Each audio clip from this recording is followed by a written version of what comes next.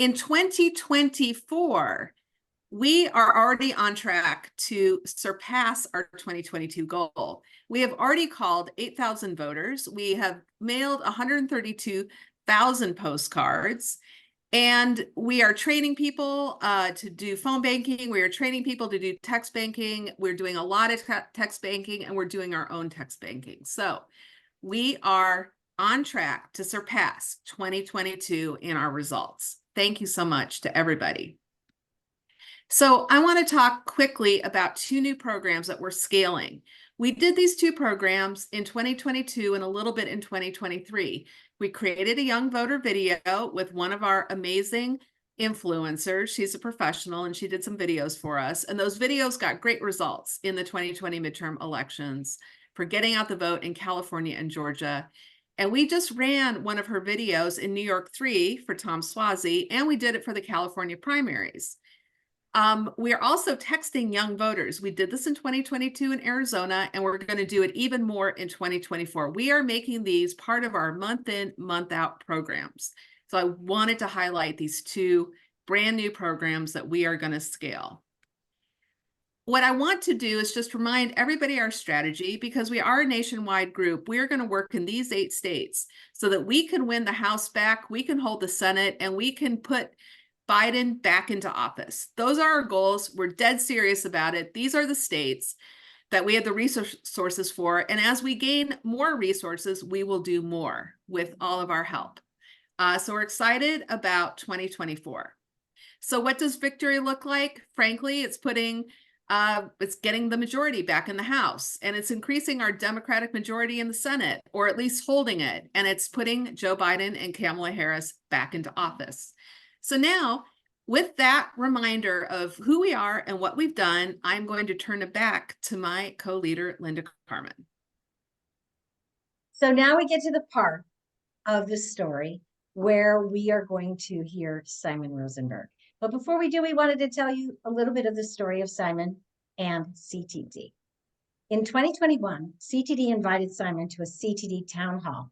And at that time, he was predicting that there would not be a red wave. And he was one of the only people that were actually doing that. He was showing data and he was showing trends that defied all the polls at the time. But one thing that we loved about Simon right from the beginning was that he valued the role of grassroots organizations in defining the outcome of elections. And it was that night that we all realized that this man was something special. As he talked to a group he didn't even know outside of his daughter's middle school back to school night from his car. Since that day, the story gets better and better. The red wave never did happen in 2022. And the red wave didn't happen in 2022. And from then on, Simon has become one of the greatest strategists of all times, as we know, on CNN, MSNBC, and of course, at CTT Continued Townhouse. But that's not all. And we wanted to share this with you, just a few thoughts from our members about Simon before we turn it over to him. And we hope you don't blush, Simon. But whether we're at an auction event for CTZ, or we're at a grocery store and an activist comes up by our side, or we're at a postcard party, a text bank, or a phone bank, inevitably, Simon's name comes up. And these are some of the quotes we'd like to share. First, emails from Simon are the first thing I read each morning. Simon is so positive, and his hopeful attitude is getting me through this horrible nightmare. I added horrible. I am so grateful and appreciative of how he takes time for grassroots organizations. Simon puts democracy and the people first. And last but absolutely not least, I love the way he presents information in manageable chunks that I can understand. Thank you, Simon. And with that, I turn it over to our honorable guest. Well, Linda, that was great. And it's great to be back with all of you. I think I've spoken to this group more than any other group in the country now, because you were one of the first groups that I spoke to during this crazy journey that I've been on in recent years. And to Charlie and Molly as well, thank you for hosting me here tonight. You can see it's still daylight. We have spring here finally in Washington. It's been, the weather's beautiful. So so first of all, let me just say thank you to all of you.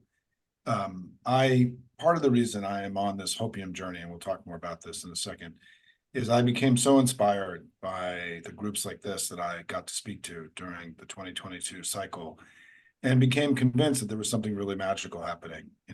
Heather Cox Richardson calls it a democracy awakening, right? And that the American people had decided, many of you, hundreds of thousands, millions of you, had decided that you weren't going to let democracy slip away on your watch, and you went to work. And we've made a big difference together. And so thank you all for what you do, for being here tonight or this afternoon with me, given all the other things you could be doing. I'm really grateful for your commitment and passion and love of country, because it really makes a difference. And I'll talk about why in a second. So where are we in this election? Almost, what are we, 7.5 months out? And by the way, it is spring here, so I have a little bit of, I'm having my beginning allergies. So I apologize if my throat's a little froggy tonight. So where are we 7.5 months out? Here's my basic take on where things are, right? That Joe Biden is a good president and the country's better off. The Democratic Party is strong, unified, and winning elections all across the country. And they have Trump. And that when I put all that together, I would in every way imaginable, I would much rather be us than them as we head into the next 7.5 months to go win this election in November.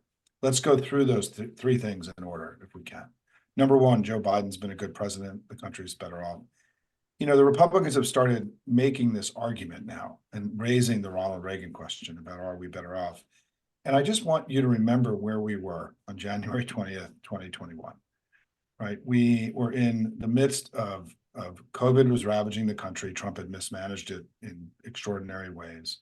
The economy was in free fall. The global economy was threatened. The vaccines had not started getting distributed yet. So we were still in that level of uncertainty. There had just been an insurrection in America. There had been an armed attack on the Capitol on one of the only days that all 435 members are all there at the same time. And the city was under military occupation. And the city that I live in here, the Capitol was under military occupation for 50 days after January 6th. And so Biden inherited arguably, one of the 2 or 3 worst scenarios that a president's inherited in all of American history. And look where we are today, right? The American recovery from COVID has been better than any other advanced economy in the world. Inflation is lower here than any other advanced economy in the world. We have the best job market today since the 1960s. The uninsured rate is lower than it's ever been in American history. We have very elevated levels of new business formation and new businesses being created all the time, which is an incredible sign of the health and vitality of our economy. Real wages are galloping ahead and growing at some of the fastest rates in recent decades. The deficit is trillions of dollars less than it was. Murder and violent crime rates have plummeted from where they were under Trump and have decreased again this past year. We're getting more and more data. And violent crime and murder rates, or violent crime rates, are half of what they were 30 years ago. The Trump often makes the case that Biden waged this war on energy, which drove up gas prices. But we know that last year we produced more renewables, more oil, and more gas than any other year in American history. By virtually every possible measure you could imagine, we are better off today because of Joe Biden and the Democrats. And I look forward and welcome this debate that we're about to have about whether Joe Biden has been a good president, the country's better off. And I've been putting on my Substack the last few days Sarah Cooper videos for all of us who remember Sarah Cooper during COVID, reminding us, my favorite of all the videos she did is the one when Trump talked about putting light inside the body and drinking disinfectant. And so if you want to have any remembrance of how crazy everything was during COVID under Trump, just go back and find some of those Sarah Cooper videos and listen to Trump talking about literally shining a light inside the body and drinking disinfectant to cure COVID. And if you want to know, if you need any other reminder about how much better off we are, those videos are a great help to me. So first of all, I think we have a very strong argument for re-election, and we can talk more about it if you want in the Q&A. Second is the Democratic Party is strong in winning elections and all across the country. And this is where you all come in, right? Is that, we had a great election in 2018 and then again in 2020. We won the House, the Senate, and the presidency. We took all that away from Trump and MAGA. But what's happened since may be even more remarkable, which is that since Dobbs in the spring of 2022, we just keep winning elections and outperforming expectations all across the country, and they keep struggling. It's traditional in our politics that the party in power loses seats, that power ebbs away from the party in power, and the party out of power does well in midterm elections and special elections and off-year elections. And then with very few exceptions, that just hasn't happened this time. Yes, it happened in California in 2022 in the House races. Yes, it happened in New York. But when you look across what happened across the country since 2022, it's miraculous. We gained a Senate seat in 2022. We gained state legislative chambers. We gained governorships in 2022. In the battleground states, we did better in the battlegrounds over 2020 in Arizona, Colorado, Georgia, Minnesota, Michigan, New Hampshire, and Pennsylvania. We got all the way to 59% in Colorado, 57% in Pennsylvania, 55% in Michigan, 54% in New Hampshire. Those would be remarkable results in a good year. And this was high Biden, high inflation, low Biden approval, a tough year. And we had extraordinary results all through the country in 2022.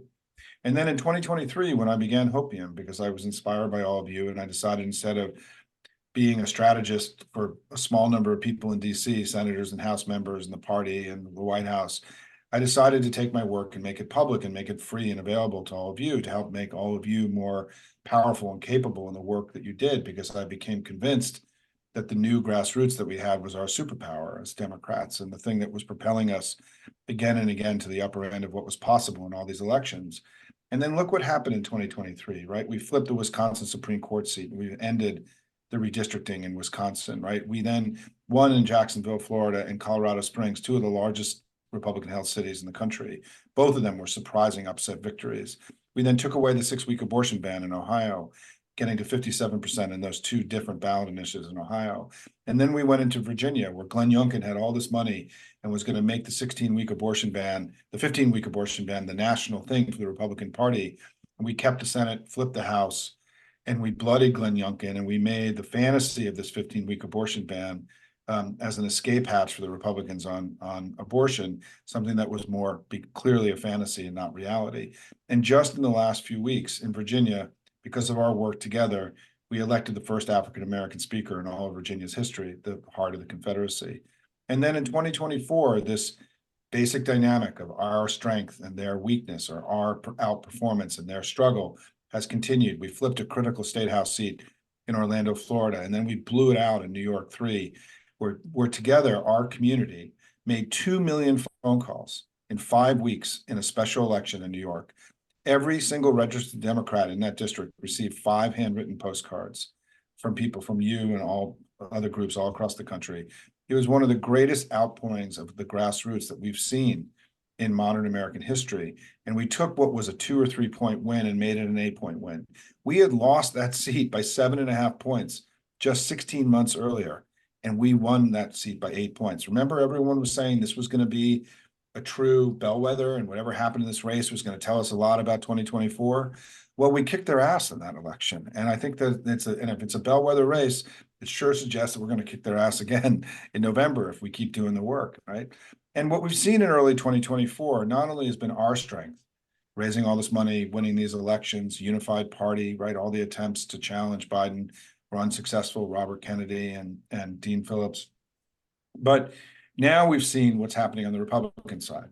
Trump is really struggling. We now know that he's really struggling to raise money in unprecedented ways. The RNC and his campaign are basically broke right now at the beginning of the general election. They're struggling to raise hard dollars, and we can talk more about that. He underperformed public polling in all but one of the early states that have happened so far. The early results tonight, Haley is still getting 15-20% of the vote, even though she's out of the race in the states that are voting tonight look before I came here. He's facing an unprecedented revolt inside of his party, where his former vice president, Mitt Romney, the former nominee of the party, the former chairman of the party, the Cheney family, right, are all bucking him and telling Republicans, creating a permission structure for Republicans to not vote for Donald Trump. He keeps losing in court, and now he and Rudy Giuliani owe together $700 million. And based on what we're hearing the last few days, it's possible that Trump is about to become bankrupt, given that he can't actually meet the bond that he needs in New York if he tries to meet it. And then his performance on the stump, I'm trying to add some new stuff tonight, so bear with me, is that his performance on the stump is scary, right? He's saying crazy things. He's clearly diminished and delusional and disturbing when he speaks now. And whether it was the bloodbath comment the other night or coming out against the ACA, which I think he did impulsively because he still has this hatred for Obama, he's making unbelievable mistakes on the stump that's going to be pushing him further and further away from voters. So this politics of MAGA that lost the election in 2018, lost it again in 2020, lost it again in 2022, and then 2023, and is struggling in early 24. The question is, how in the world could they come back to us, knowing that this politics has failed again and again and again, and believe with Trump being more dangerous, more extreme, more degraded, more insulting, more everything, right? That how could he possibly win the election? And I don't think it is easy to know. I don't think it's easy to see as a strategist. I don't see how they can cross over and win more votes. Don't listen to the polls right now, right? The polls don't matter. It's like the way to think about this election is where, if you're a basketball fan, we're at the end of the first quarter and the game is tied. Most of the game is still ahead of us. We got a long way to go in this election.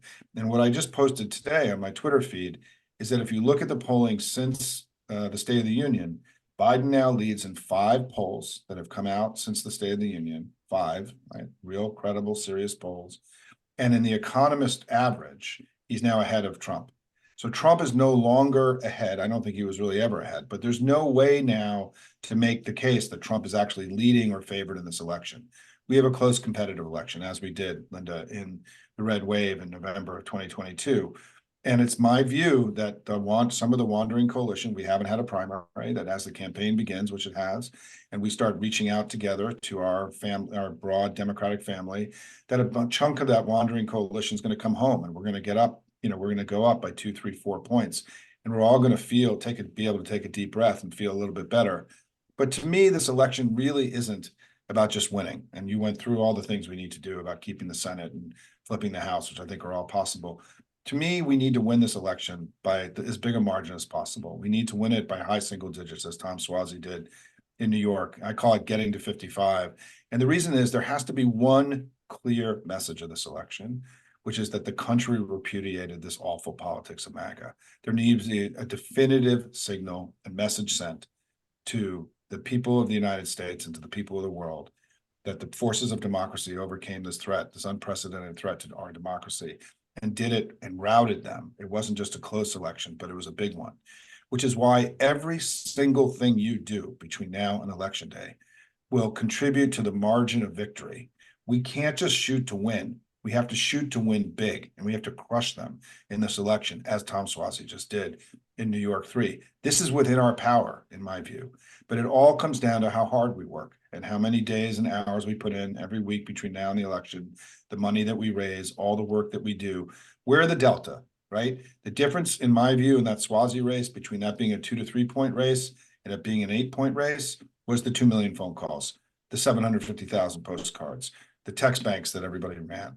That's what made the difference. We already know this. And so the work that we do, the impact you're going to have, whether it's in the House races that you need to focus on, and I know you are in California, or working with Joe Biden, or I'm helping Ruben Gallego in Arizona, however you decide to engage in this election, we really need you. And that we have that our superpower, and the thing that makes me confident that we're not just going to win, but win big, is all of you. And then finally, I want to say one last thing about Trump, because I think that we're in this point now where it's, if you're a fan of Ruth Ben-Gayat, who's a professor that we see on TV, and she has a wonderful Substack too, we have to together start repositioning our understanding of Trump, where he's not strong, but he's weak. We have to use the term weak, and we have to recognize that he's a weak man, not a strong man, that he's a painted man, not a muscular and man, right? Whatever these analogies are. I have this line that I use about Trump, which, if you bear with me, Linda, is that it's a little saucy, but you can paint his face, dye his hair, strap a girdle on him and a diaper too and pump him full of speed. And this guy's still not going to look like a presidential candidate ever again. I think we have to get to a place of mockery, right? The emperor has no clothes, pulling the curtain back, from the wizard, whatever your thing in your head about making fun of a silly person, whether it's something like, he wears more makeup than a drag queen, right? Whatever it is, we have to go there because all he is now is a strong man.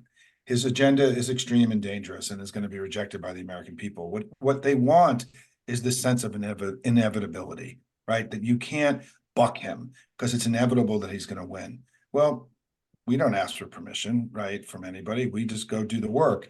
And I think that what's important, if I can close, is there are going to be 6 things that voters are about to find out about Donald Trump that they didn't know about him in 2020 that I think is going to be determinative in this election.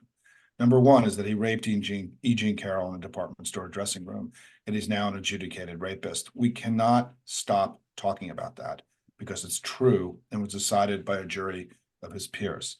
Number 2 is that he oversaw one of the greatest frauds in American history, and he and his family now have been barred from doing business in New York City, and he's now owes $500 million, which he can't pay, apparently. Number 3 is that he led an insurrection against the United States. He led an armed attack against the United States, that he now has argued that he's going to finish the job and end American democracy for all time if he somehow gets into the White House in January 2025. 4 is that he stole America's secrets. He lied to the FBI about it, and he shared those secrets with other people, an unprecedented betrayal of the country by any American. 5th is that he and his family have corruptly taken more than $2 billion from foreign governments.